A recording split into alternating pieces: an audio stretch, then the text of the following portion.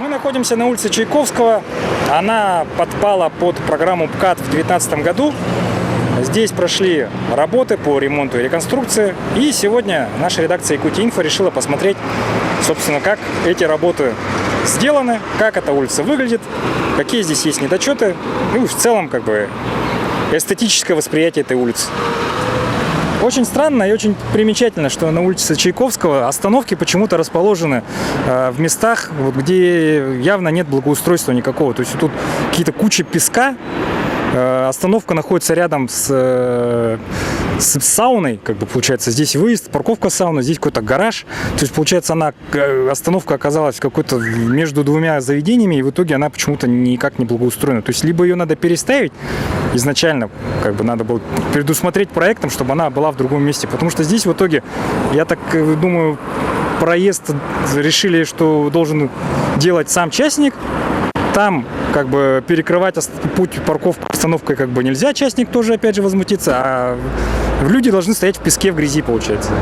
А на той стороне остановка у нас расположена прямо на щебне, получается. Там тоже нет асфальта, тоже нет какой-нибудь плитки тротуарной. То есть, опять же, люди вынуждены будут ждать автобуса в грязи, в пыли. Вот это странно как-то. Это как будто благоустройство улицы, но не для людей. Для чего она?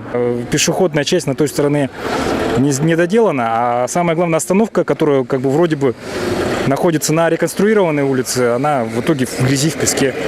Вот если человек пользуется общественным транспортом, он почему должен унижаться лишний раз, стоять в грязи? А если весной, к тому же, когда у нас была грязь, тут вообще болото, наверное, было. Ну вот здесь, например, судя по всему, это часть переходящая, да? То есть здесь не успели доделать тротуарную часть. Но в итоге мы наблюдаем, что вся работа пошла на смарку. Бордюры уже все покосились, вся часть эта стала проваливаться. Здесь уже ограждение начало сваливаться.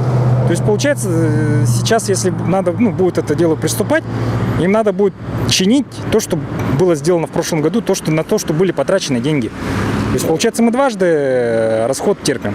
То есть мы что-то делаем, не доделаем, оставляем на следующий год, и в итоге все это ломается за зиму, и мы опять должны вкладывать деньги, чтобы все это привести в порядок. То есть, это бесхозяйственность на самом деле. Нет, самое обидное это то, что все разрушается. То есть, по идее, это же деньги потраченные. Зачем? Может быть, надо было в каком-то другом виде это оставлять. Может быть, здесь не надо было класть эти бордюрную часть, еще что-то. Потому что в итоге все это растрескалось, это надо менять. Если здесь положат плитку тротуарную, либо асфальт здесь, то это же не заменит эту поврежденную часть, но это будет опять же халтура. Опять же канал этот водоотводной, он весь завален кусками бетона. Это же все вытаскивать надо, чистить. Если не почистить, то тогда он и нормально функционировать не будет. Сверху плитку, либо асфальт, с таким бордюром. Это же, это халтура. Либо в каком-то виде это делать так, чтобы, насыпал, но этот бордюр, например, не клал, не ложил его, не устанавливал. Потому что он все равно за зиму испортится. Обратите внимание, здесь тоже остановка расположена где, собственно говоря. Здесь крупный щебень. То есть люди должны ждать автобус в очень некомфортных условиях. Почему это так происходит? Почему при обустройстве данного участка не предусмотрели, чтобы остановка автобусная была оформлена как надо? Чтобы здесь было сухо, чтобы здесь было меньше грязи, и, чтобы ноги можно было не подвернуть, обувь не повредить в конце концов. Там она в песке на той стороне, здесь она на камнях каких-то стоит. То есть, по-моему, это какое-то унижение горожан. Прогуливаясь по Чайковского, замечаем, что довольно часто встречаются трещины. Здесь очень примечательная трещина, она идет от самого края этой части дороги до противоположной, и там тоже трещина рассекает тротуарную часть. Очень такая жирная трещина. И дороги этой, получается, всего лишь 1,5 года где-то от силы. А она уже вся в трещинах. Вопрос, это причина в чем? В наших особых, опять же, климатических условиях, либо в технологии строительства этих дорог и асфальта. Потом, естественно, здесь я не вижу рядом никаких сточных канав, Я не знаю, как и куда здесь уходит вода, но если учитывать, что здесь уже вот такая толстая, ну, с палец, вот реально вот трещина, там она еще шире становится, туда, безусловно, будет попадать влага. А мы уже все знаем, что там, где попадает влага, она зимой расширяется, и трещина будет становиться шире, и здесь она будет просто в очередной провал превратиться. То есть, а трещинок таких по всей дороге очень много. И можно, конечно, много-много раз объяснять это тем, что у нас в городе нету водоотводящих систем, то, что у нас там суровый климат, но получается, мы деньги тратим впустую. Как бы. Почему нельзя как-то предусмотреть что-то, какие-то решения технологические найти, чтобы... На этом участке дорогу продували снег. Ну, в том числе и, возможно, сказывается и условия работы, прокладки этого асфальта, что его действительно клали поздно, осенью, где-то уже в октябре, наверное, да, в начале октября. То есть все это сказывается в итоге, и эта дорога уже вот 1,5 года прошло, а она уже опять требует ремонта. Это опять деньги. Здесь грязно очень, пыльно. Очень много песка, очень много какой-то глины, камней каких-то. Ну, то есть вообще неуютно.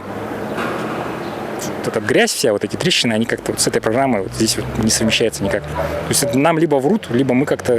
Здесь либо исполнение этой программы идет каким-то не таким образом.